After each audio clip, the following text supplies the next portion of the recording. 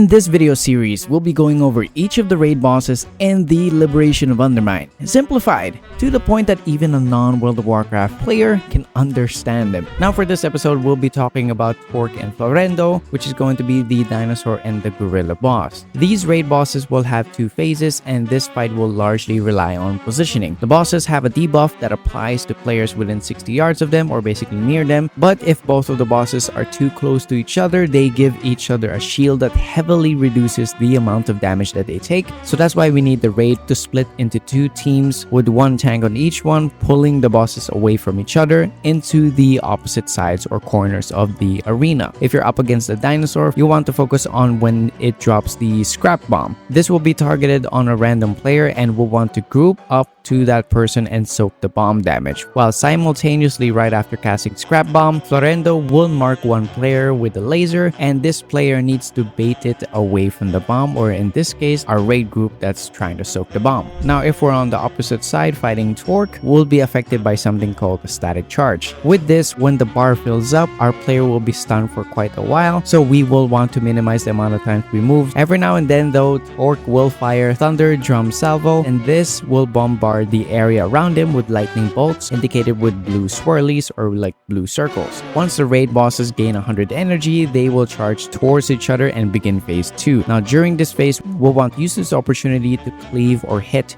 both of the bosses. So we will stand relatively in the middle while avoiding the blue and red swirlies that start to pop up since they're using their own respective abilities. The red ones will be like flame waves, the blue one will be similar to the Thunder Drum Salvo. Now it's also important that during this phase, we'll want both of the sides or the raid group to swap. So the people that were fighting the dinosaur will move to Torq or the gorilla and vice versa. If we fail to do so, the debuffs that I mentioned earlier at the beginning will stack a lot more, making it highly unlikely that the raid will survive the next cycle. That's about it for this video. If you learned something valuable, leave a like and subscribe since it'll help the channel out a lot on our goal of hitting 1,000 subscribers. Stick around for the next episodes where we'll cover the other bosses in a more simplified manner. Thank you, and I'll see you in the next one.